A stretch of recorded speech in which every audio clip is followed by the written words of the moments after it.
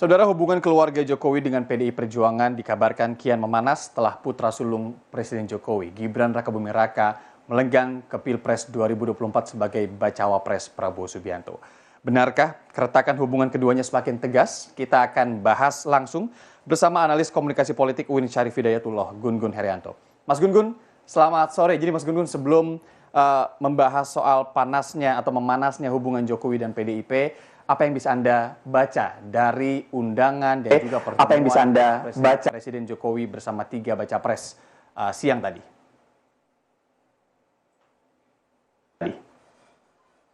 Iya, terlepas dari apapun ya, intensi untuk Iya, terlepas dari apapun ya, intensi untuk Iya, terlepas dari apapun ya, intensi untuk Iya, terlepas dari apapun ya, intensi untuk Iya, terlepas dari apapun ya, intensi untuk Iya, terlepas dari apapun ya, intensi untuk Iya, terlepas dari apapun ya, intensi untuk Iya, terlepas dari apapun.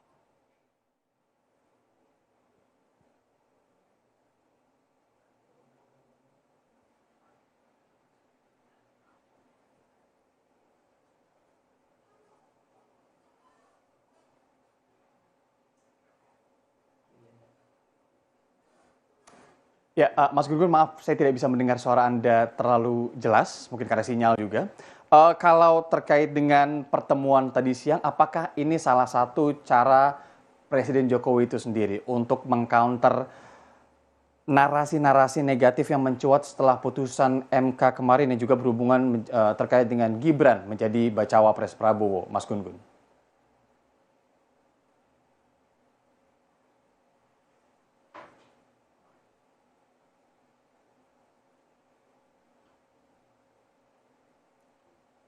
Atas jelang Pilpres 2024, terutama dalam konteks pola hubungan politik elit, memanasnya hubungan PDI Perjuangan itu dengan Pak Jokowi begitu ya, terutama dengan munculnya statement yang kalau kita perhatikan semakin asertif dan semakin lugas gitu, terbuka, tidak lagi diplomatis. Dan itu nampak ya disampaikan. Kalau kemarin-kemarin itu second layer, sekarang sudah mulai masuk ke elit-elit utama seperti misalnya Pak Sekjen PDI Perjuangan.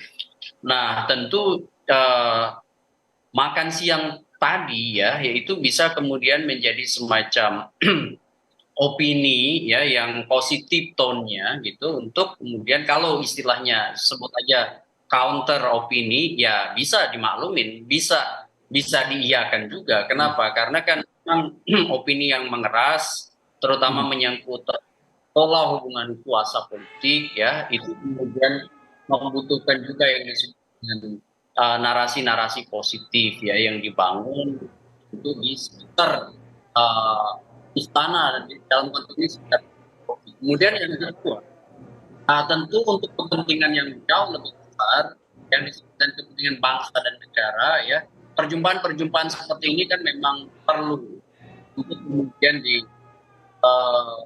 biasakan, untuk kemudian perlu diintenskan ya, terutama menjelang perhelatan ya yang akan memanas, terutama menjelang pemilu 2024. Bagaimanapun kita sama-sama memahami bahwa rivalitas yang tentu dipicu ya oleh perbedaan kongsi-kongsi politik itu memerlukan mitigasi-mitigasi. Oleh karena itu politik kebangsaan menurut saya mengharuskan presiden itu juga memberi ruang yang sama capres yang berkompetisi. Sebut aja misalnya 3 poros yang kemudian melahirkan 3 calon, itu harus sama-sama kemudian ditempatkan dalam posisi yang sama sebagai kompetitor yang selevel, atau ada equality ya, ada proses yang kemudian memastikan bahwa mereka bisa bertarung itu dengan demokratis, dan presiden kemudian tidak terlalu masuk apalagi kemudian berpotensi menggunakan instrumen-instrumen kuasanya untuk memenangkan satu di antara pasangan yang kemudian bertarung di Pilpres 2024. Tapi Mas Gun Gun, apakah makan siang aja cukup nih untuk mengcounter narasi-narasi tersebut? Karena ada juga narasi yang kemudian berkembang ini kan terkait dengan dugaan penggunaan aparat negara, kemudian juga Gibran yang dianggap melenggang secara mudah begitu. Apakah makan siang aja cukup? Atau Presiden sebenarnya harusnya melakukan sesuatu yang lebih konkret misalnya terkait dengan mengcounter Ya, narasi-narasi ini? ya, ya jelas ya tidak cukup. Ini kan hanya ekspresi simbolik ya. Makan siang itu ekspresi simbolik, soal belum tentu juga kan besok lusa Hmm, kemudian kebijakan seorang Jokowi ya, bukan dalam kapasitasnya sebagai politisi tapi dalam kapasitasnya sebagai kepala negara dan kepala pemerintahan yang harus kemudian mengedepankan politik kenegaraan, yang harus kemudian memastikan bahwa tidak ada penggunaan instrumen-instrumen kekuasaan yang kemudian lebih menguntungkan ya. salah satu pasangan. Kenapa? Karena itu kalau kemudian masuk ke area situ akan ada muncul yang disebut dengan abuse of power gitu ya. Yang itu kemudian harus betul-betul dihindari. Kenapa? Karena publik menurut saya akan kritis ya. Terlihat dari misalnya kemarin-kemarin bagaimana misalnya reaksi publik misalnya atas putusan Mahkamah Konstitusi misalnya ya, kemudian bagaimana misalnya kekhawatiran publik atas politik kenegaraan yang dipraktikkan yang bisa kemudian terdistorsi begitu ya oleh soal afiliasi politik yang kemudian bisa berpotensi untuk kemudian mengganggu, bisa berpotensi untuk menggoda, ya terutama presiden yang Mhm. berkuasa untuk kemudian di tengah atau pusaran rivalitas antar pasangan calon yang berkompetisi. Makanya kemudian makan siang saja tentu tidak cukup, bahwa ini betul ya menurunkan tensi dan punya peluang untuk membangun harmoni melalui hubungan di antara mereka yang berkompetisi di Pilpres, tetapi kan dimensi elit saja tidak cukup. Uh, ada butuh political will, dan bukan hanya goodwill tapi political will untuk memastikan bahwa seluruh instrumen, seluruh apa namanya prosedur yang kemudian besok akan dilalui menjelang kompetisi 2024 di 14 Februari itu kemudian berjalan memang dalam koridor sesuai dengan norma-norma hukum, sesuai dengan kesepakatan bersama yang kemudian kita sudah lihat, misalnya ada aturan mainnya di Undang-Undang Pemilu, kemudian juga undang-undang lain yang terhubung. Dalam posisi ini Mhm. maka Presiden harus memastikan bahwa dirinya dan seluruh instrumen-instrumen kekuasaan itu berada dalam konteks di atas seluruh kepentingan-kepentingan satu atau Ya. beberapa partai begitu. Mhm, mhm. Mas Gun Gun, tapi kalau itu narasi yang kemudian kita lihat belakangan ini kan lebih menduga bahwa aduh takutnya nih dengan melenggangnya Gibran kemarin gitu ya atau saat ini dikhawatirkan nanti MK akan begini ketika ada misalnya yang harus diuji nantinya, kemudian juga ditakutkan bahwa ada tidak netralitasan lah begitu yang bisa atau berpotensi dimainkan oleh presiden karena ada anaknya di sini. Tapi sebenarnya kalau melihat narasinya sejauh ini, melihat juga perkembangannya day by day-nya, apakah masih memungkinkan begitu kalau Anda melihat itu terjadi? Ya, tentu kekhawatiran itu sangat wajar ya. Kenapa? Karena kan publik, terutama publik kritis ya, bukan hanya di masyarakat berperhatian, tapi juga sebagian besar elit yang bertarung sekarang itu ada kekhawatiran soal ketidaknetralan ya. Ada kekhawatiran soal terlalu masuknya Hmm. instrumen-instrumen kekuasaan ke ranah kontestasi elektoral, terutama yang partisan. Uh, Kenapa? Karena bagaimanapun kan kita bisa melihat bukan hanya satu sekuen ya. Ini kan juga flashback ke beberapa peristiwa sebelumnya, seperti misalnya kemarin bagaimana misalnya putusan Mahkamah Konstitusi itu tidak kemudian secara ajak bisa diterima oleh halayak, sehingga wajar kemudian kalau muncul yang disebut dengan disonansi kognitif ya. Misalnya ada keberbedaan antara apa yang dipikirkan dengan yang Hmm. diharapkan. Sehingga kemudian wajar kalau muncul skeptisme, dan skeptisme itu agak cukup riskan. Kenapa? Karena besok itu kan pemilu salah satu institusi penting ya dalam konteks misalnya menjaga ya yang disebut dengan kedaulatan suara demos, itu adalah Mahkamah Konstitusi sebagai garda terakhir gitu ya. Pasca pencoblosan, jika Ya. misalnya ada sengketa pemilu kan harus diselesaikan lewat Mahkamah Konstitusi. Kalau misalnya Mahkamah Konstitusi mengalami Mhm. Ya, itu paham. ketidakpercayaan di publik, itu kan problem serius dalam misalnya peradaban demokrasi begitu. Mhm. Kalau hubungan PDI dengan Jokowi sendiri dengan narasi yang beberapa hari ini ada begitu ya, yang sepertinya juga menunjukkan bahwa ada yang tidak harmonis lah hubungan PDI dengan Jokowi, kemudian juga dengan Gibran yang kemudian sudah bilang bahwa bertemu dan sudah minta izin sebenarnya. Tapi dari Jokowi sendiri memang tidak ada pernyataan untuk mendukung A, B, C atau A, B atau C misalnya, mendukung semuanya demi kebaikan bangsa. Tapi kalau hubungan PDI Jokowi sendiri, Anda melihatnya gimana? Hubungan PDI Perjuangan kan setelah Gibran eh, dideklarasikan dan didaftarkan, diusung artinya secara resmi, memang kan nampak ada yang disebut dengan gap ya, komunikasi politik sekaligus ada Mhm.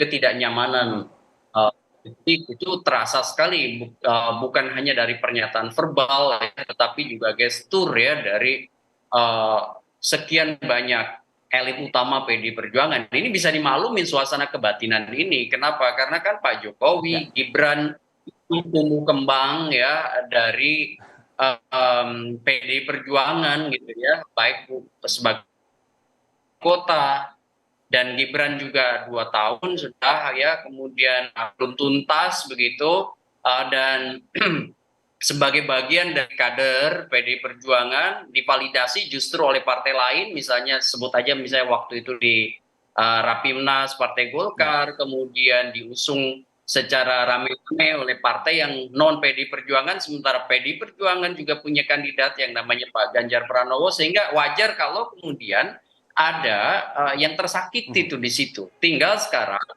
uh, bagaimana Ada misalnya gap gitu ya, keberbedaan tersakiti di ya. Oke, antara. Mas Gun Gun, maaf saya potong sedikit. Nanti kita akan lanjutkan lagi terkait dengan hubungan Jokowi dan PDI ini, perbincangannya, tapi usai jeda saudara tetap di Rumah Pemilu. Mas Gun Gun Herianto. Mas Gun Gun, tadi terakhir kita sedikit banyak bahas soal hubungan Jokowi dan PDIP saat ini. Tadi juga sudah Anda jelaskan sedikit lah ya, kira-kira background itu kenapa sih keretakan atau menghangatnya hubungan antara keduanya ini terjadi. Salah satunya terkait dengan Gibran ya, yang sekarang menjadi cawapresnya Pak Prabowo. Nah, kalau Projo, kita ngelihat Projo ini sempat menyatakan bahwa sikap PDIP ini karena mereka khawatir insentif elektoral hilang setelah Gibran berpaling. Masuk akal kah?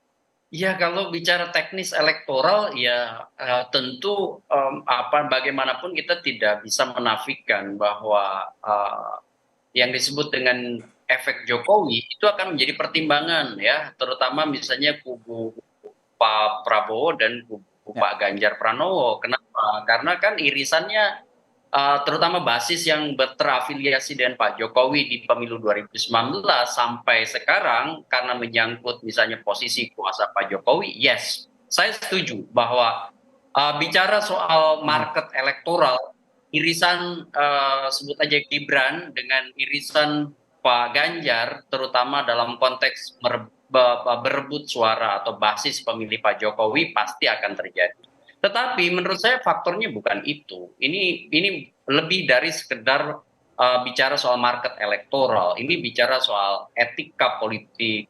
Ini bicara soal pola Apa hubungan. kira-kira Mas Gun Gun?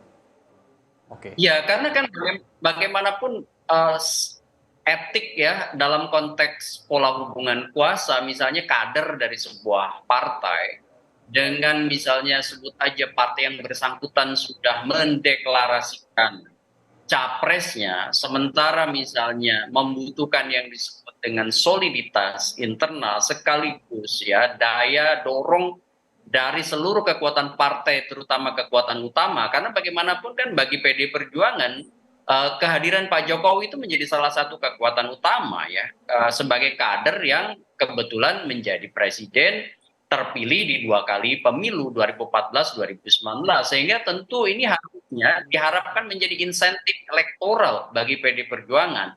Tetapi fakta politiknya kan, Gibran yang kader PD Perjuangan kemudian diusung oleh kekuatan lain, sehingga ini ada dua hal yang kemudian menjadi apa namanya penyebab ya keretakan hubungan. Pertama adalah pengusungannya sendiri, yang kemudian berbeda dengan kebijakan utama partai, yang harusnya kemudian seluruh organ partai mendukung kebijakan utama pendeklarasian sekaligus pengusungan Pak Ganjar yang kemudian dipasangkan dengan Pak Mahfud. Nah, yang kedua tentu berkonsekuensi juga pada pola hubungan dinamis pasca deklarasi gitu ya. Kenapa? Karena kan ada upaya untuk misalnya memenangi basis, terutama untuk Pilpres di 2024, sekaligus juga dalam konteks kekuasaan, karena bagaimanapun PDI Perjuangan sekarang adalah bagian dari tulang punggung utama juga pemerintahan Pak Jokowi, atau sebut aja backbone ya.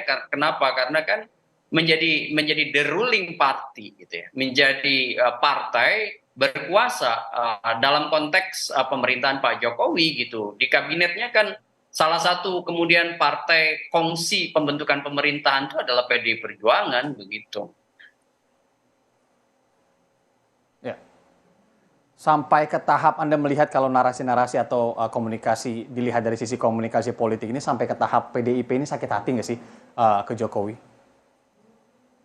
Ya, tadi saya sudah menyatakan bahwa ada ketidaknyamanan yang ekspresif, itu sudah menjadi simbol ya, menjadi semacam simbolik convergence ya. Kan pernyataan itu bisa dilihat dari pilihan diksi, dari gesture gitu ya, termasuk juga kalau kita lihat bagaimana misalnya sekarang CPM-nya atau Communication of Privacy Management ya kan, kalau kemarin-kemarin masih menahan, sekarang sudah mulai eksplisit gitu ya, disampaikan. Kalau kemarin-kemarin dari second layer, sekarang udah beberapa lama sudah bicara. Ini kan menjadi sinyal bahwa ketidaknyamanan itu udah mulai diekspresikan oleh PDI Perjuangan. Tinggal sekarang apakah kemudian Pak Jokowi mau kemudian melakukan komunikasi yang lebih intens lagi dengan elit utama PDI Perjuangan, sebut aja Bu Mega, atau sebaliknya apakah Bu Mega misalnya masih membuka ruang komunikasi politik dengan Pak Jokowi, itu yang sekarang menjadi penentu. Jadi penentu membaik atau tidaknya hubungan antara PDI Perjuangan itu dengan Pak Jokowi akan kembali ke dua figur ini, yaitu figur Bu Mega dan figur Pak Jokowi. Oke, Mas Gun-Gun, kalau melihat, ini mungkin menjadi pertanyaan terakhir saya juga, banyak narasi yang menyebutkan bahwa Jokowi ini nggak bisa sampai saat inilah kalau tanpa PDIP, gitu kan? Tapi sebenarnya kalau logikanya dibalik, apakah kemudian PDIP juga bisa melenggang sejauh ini tanpa Jokowi? Nah, itu kan menjadi dua perbincangan atau narasi yang bersamaan bisa kita pikirkan. Apa untungnya ya buat Jokowi ataupun PDIP, atau apa ruginya kalau perang terbuka ini masih terus dilakukan? Iya, jelas ya, kalau misalnya bicara soal untung rugi, PDI Perjuangan dengan Pak Jokowi itu kan sebenarnya sejak 2014 sampai sekarang itu kan saling ketergantungan. Kayak misalnya Pak Jokowi bagaimanapun diusung oleh PDI Perjuangan, dan sampai nanti posisi jabatannya selesai kan inginnya soft landing. Maka kemudian keuntungan bagi Pak Jokowi kalau memperbaiki komunikasi dan PDI Perjuangan, dia berpotensi memperbesar peluang ya untuk kemudian soft landing dengan dukungan partai politik, kekuatan real politik besar. Salah satunya adalah PDI Perjuangan. Kalau bagi PDI Perjuangan tentu menjadi bagian dari kekuasaan itu kan sebagai bagian dari bagian tidak terpisahkan dari apa namanya perjuangan PDI Perjuangan mengusung Pak Jokowi sejak 2014, menjadi bagian dari the ruling party. Nah, kelemahannya kalau kemudian Anda ingin sekarang mengatakan misalnya keduanya ini tidak bisa berdiri sendiri tanpa keduanya? ya jelas ya, apa namanya, kalau kemudian Pak Jokowi butuh sokongan kekuasaan, salah satunya adalah kekuasaan dari kekuasaan legislatif, maksud saya di situ ada PDI Perjuangan yang menjadi satu di antara partai besar, kan partai pemenang tuh ya. Sehingga kemudian program-program Ya. pemerintah, program eksekutif, ya salah satunya bisa berjalan juga menurut saya ada dukungan kekuatan real di parlemen, di DPR, yang kemudian PDI Perjuangan di situ memainkan peran. Kalau kemudian sekarang PDI Perjuangan juga apa namanya jelang 2024 berpisah kongsi dengan Pak Jokowi, ya tentu ada resiko-resiko gitu ya. Yang resiko-resiko itu salah satunya tadi udah disebut oleh Anda, yaitu soal market elektoral ya, yang kemudian mungkin sekarang Mhm. terfragmentasi. Ya, jadi kekuatan Ya. misalnya pendukung Pak Jokowi di luar tentu yang punya party ID kuat terhadap PD Perjuangan, tentu kan juga akan ada shifting tuh. Tinggal kemudian bagaimana PD Perjuangan memikirkan penetrasi ke basis-basis pemilih baru gitu, yang kemudian kemarin menjadi pemilih Pak Mhm. Jokowi sekaligus misalnya punya efek ekor jas pada PD Perjuangan karena PD Perjuangan mengusung Jokowi begitu. Iya, kita selalu ngomongin coattail effect atau efek ekor jas ini di perspektif membawa keuntungan. Ini juga bisa sekarang unik juga nih dibahas coattail effect dari Pak Jokowi ke PDIP bila perang ini terus atau keretakan hubungan ini atau dugaan keretakan hubungan ini tetap terjadi ya. Mas Gun Gun Herianto, analis komunikasi politik dari UIN Syarif Hidayatullah. Terima kasih banyak Mas sudah bergabung di Rumah Pemilu Kompas TV. Sehat-sehat selalu. Sama.